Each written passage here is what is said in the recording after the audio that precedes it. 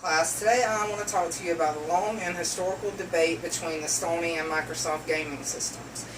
This debate has been going on for around 20 years since Sony and Microsoft released their first gaming systems to the recent gaming systems that everyone is purchasing now. I'm going to start off by explaining each one of the game systems and what each one offers over the other one. So the first gaming system that we are going to talk about is, of course, the PlayStation 1. The PlayStation 1 came out in 1995. As you can see, it was quite different from the Sega and Nintendo gaming systems that were competing with it at its time. This gaming system offered several new advantages and brought out many game series that made such an impact that we still make them today for the newer systems.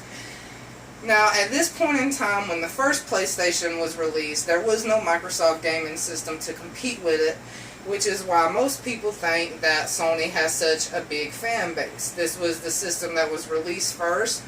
It was the system that caught everybody's attention and had a significant amount of fan power behind it. It brought things that people hadn't even thought gaming systems could do at that point in time.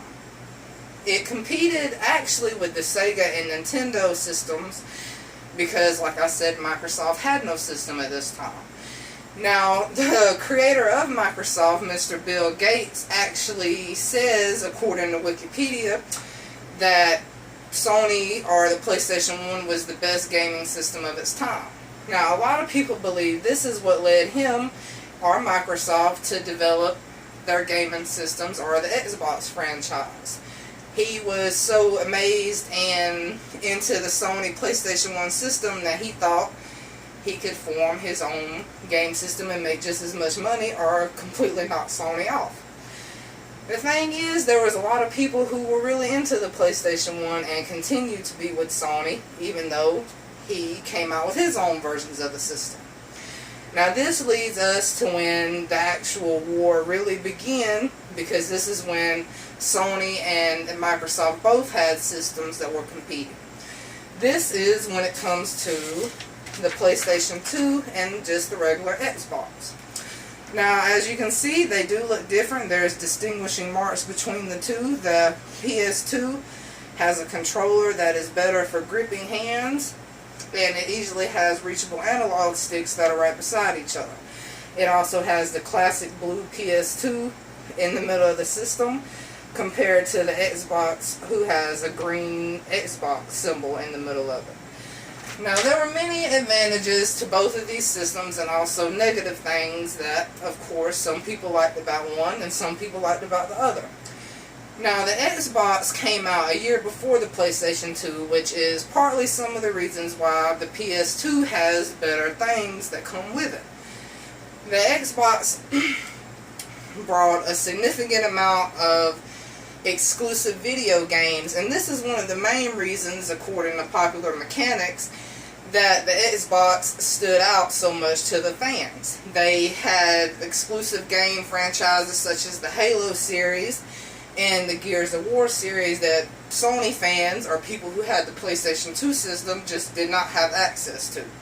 They did not make these games for Sony at all. They were completely owned by Microsoft, which meant that if you wanted to play these games, whether you liked Sony or not, you had to purchase the Xbox to play them.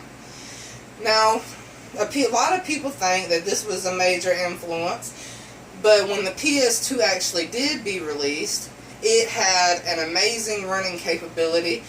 It had far better graphics, and that was a significant change for the people. But you have to keep in mind that this system, or the PlayStation 2, was released a year after the first Xbox, so of course there were going to be things that made it better technology-wise. And this will lead us to our next change in history, or our next two competing systems for the two systems. We have the PS3 and the Xbox 360. Now, this is where the debate really breaks down. This is where it got really serious between which sides you wanted to pick. As you can see, there were modern changes with the systems that were apparent to the eye. You have the PlayStation 3 system. Now it has the same basic controller as the PS2, except of course it is wireless. Now this was an advantage. Since they were wireless, it came with a cord or a charger for the controller. You charge your controller for 30 minutes and you could play, move around the room, do whatever you wanted to do while still playing the game. The Xbox 360, on the other hand, when it first came out, it did not have wireless controllers. They were still wired, and the wireless controllers came with the upgrade of the Xbox 360, not with the first original one. And even with the upgraded controllers, you still had to purchase batteries to run them. It did not have a controller charger like the PS3. So, including buying the system, people were buying powerful, expensive batteries every week just to play their video game system. So, of course, this was a positive for the PlayStation 3. Now, the PlayStation 3 also came out a year later than the Xbox 360. Once again, there are things about it, technology-wise, that make it better than the Xbox 360. It has better running graphics. It has an easier hard drive. The Xbox 360 also only comes with 4 GBs of memory space. The PS3, on the other hand, when it was first released, it was a 40 GB hard drive, and since the updated versions that came out, you can get a 500 GB hard drive. The Xbox 360, on the other hand, is still at 4 GBs, and if you want more memory, you either have to purchase a bigger and newer hard drive, or you can simply get a USB flash drive to save your video games into. Now, another difference between these is that the PlayStation 3 played Blu-ray disc movies. The Xbox 360, on the other hand, still was only playing DVDs. There are significant differences between the two that make each one stand out and each one don't. Now, the Xbox 360 also had exclusive games. So did the PlayStation 3, but the ones for the PlayStation 3 were not as popular as exclusives. The Xbox 360 continued with their main franchises as the Halo series. They were exclusives. People loved the video games. They wanted to play them. And of course, they could only get them with Microsoft. Now, both of these systems both offer online gaming and connect to Wi-Fi internet connections. So those are two things that are pretty much even with the systems and are also important to the gamers. Now, this brings us to our last breach and the current debate between game systems, which would be the PS4 and the Xbox One. Now, as you can see, they actually do somewhat look similar in size and color. The main difference in look-wise, if you ask me, would definitely be how the controllers are made. The PS4 controller was made with longer sticks to grab onto, as you can see, which makes it easier for people to latch onto the controller and simply just hold on to it while they're controlling their games. Now, the Xbox controller, on the other hand, has very short grabbing parts, which makes it harder for people who may have bigger hands or simply not like to be all cramped up when they play the game. Now, there are also things that make these systems different. Now, the PS4 is known for having an amazing running capability.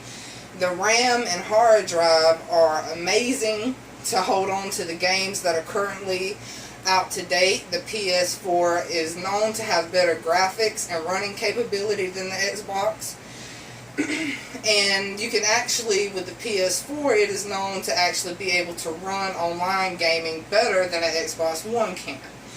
So at this point in time, online gaming is significantly important to the gaming community. So this will be a big bonus for players. They want the system that can run their game online with the best capability. They don't want to be playing their game and lag out or lose a connection or something just because their gaming system cannot handle pretty much what it's made to handle. Now, the Xbox One also has advantages that cover the PS4. It is known for having a great online system of how it works. The system is also known to be easier to figure out how to operate.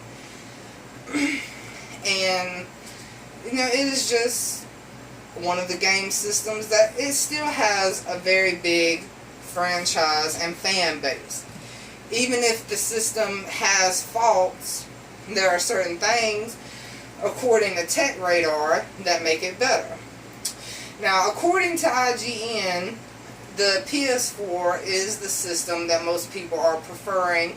It is all, and even though it costs more, because the Xbox One had to lower its price because of how bad it was actually selling and competing with the PlayStation 4, and even though the Xbox One lowered its price and the PS4 has not lowered its price since being released, the PS4 is still the dominant selling system. Now that is the end of the debate of the competing Microsoft system and Sony systems over a 20-year span of time. And I hope that with this information you can figure out which side you would prefer to choose.